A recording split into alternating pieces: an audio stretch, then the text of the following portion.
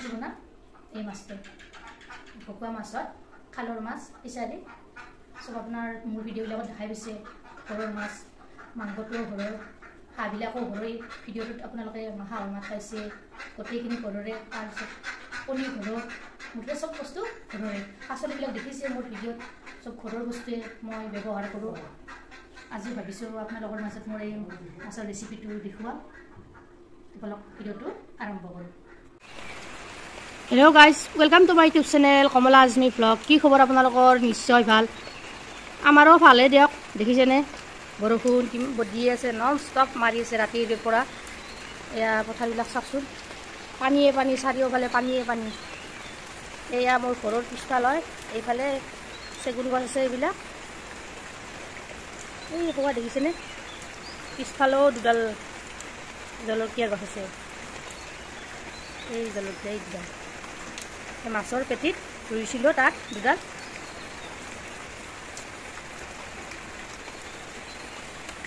সকলোৰে বাৰু ঈদ ভালে ভালে গ'লনে আজি এটা নতুন ৰেচিপি আপোনালোকৰ মাজলৈ লৈ আহিছোঁ চাওকচোন বাৰু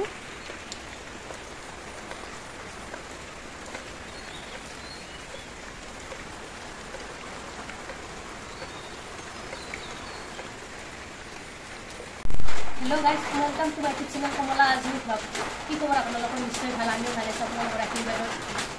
বৰষুণ বতৰ বহুখিনি বৰষুণ দি আছে ভাবিলোঁ এটা ৰেচিপি বনাওঁ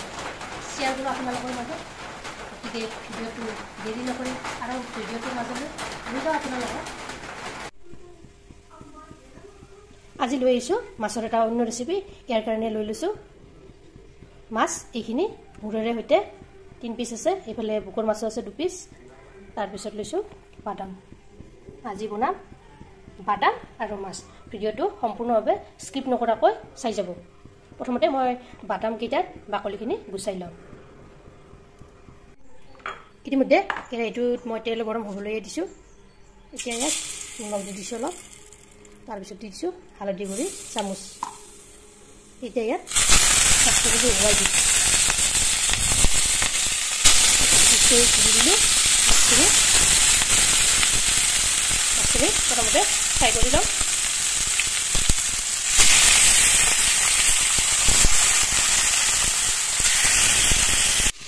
এইফালেও মই ৰাজমাহখিনি বাকলি গুচাই কুকাৰত এনেকৈ 4-5টা হুইচেল মাৰিবলৈ দিলোঁ এইখিনি ভালদৰে সিজি গ'ল এতিয়া কেৰাহীটোত তেল দি দিলোঁ মই তেলখিনি গৰম হৈছে পিঁয়াজখিনি দি দিছোঁ তাৰপিছত শুকান জলকীয়া আৰু নহৰু এতিয়া আলু দি দিছোঁ এইখিনি অলপ ৰংখিনি হ'বলৈ দিম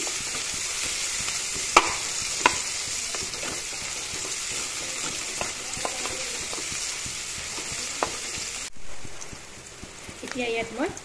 ৰাজমাহকেইটা দি দিম কুকাৰত হুইচেল মাৰি লৈছোঁ ধুনীয়াকৈ সিজি গৈছে এইটা ধুনীয়া হৈছে এইখিনিও 1 মিনিট সময়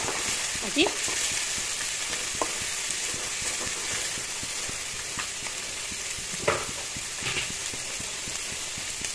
এতিয়া ইয়াত নিমখ দিলোঁ সৰু চামুচেৰে 2 চামুচ হালধিৰ গুড়ি দিছোঁ 1 চামুচ জলকীয়া গুড়ি দিছোঁ 1 চামুচ জিৰাৰ গুড়ি দিছোঁ 1 চামুচ ধনিয়াৰ গুড়ি দিছোঁ 1 চামুচ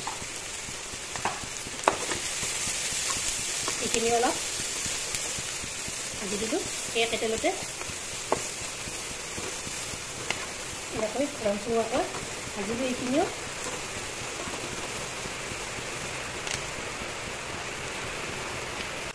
এইখিনিও মই 1 মিনিট সময় ভাজিলোঁ এতিয়াহে কেঁচা কেঁচা গন্ধটো নাইকিয়া হৈ যাব তাৰপিছত পানী একাপ এড কৰি দিলোঁ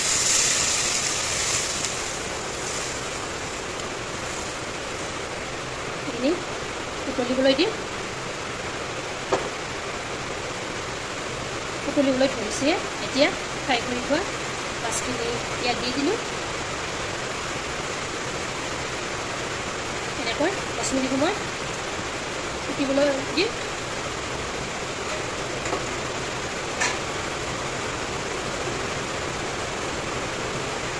এতিয়া মই উতলিবলৈ দিম এয়া 10 মিনিট হৈ গ'ল দেখিছেনে আঞ্জাখন মোৰ কেনেকুৱা গ্ৰেভি হৈছে আপোনালোকে এবাৰ ট্ৰাই কৰি চাবচোন ৰাজমা আৰু মাছ এনেকৈ বনাই খাব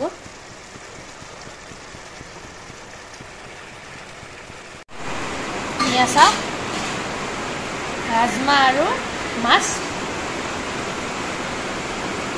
ভিডিওটো ভাল লাগিলে লাইক কৰিব শেয়াৰ কৰিব কমেন্ট কৰিব আৰু মোৰ চেনেলত যদি নতুনকৈ আছে চেনেলটো সাবস্ক্ৰাইব কৰিব লগতে ফেসবুক পেজতো ফলো কৰিব ধন্যবাদ জয় আই অসম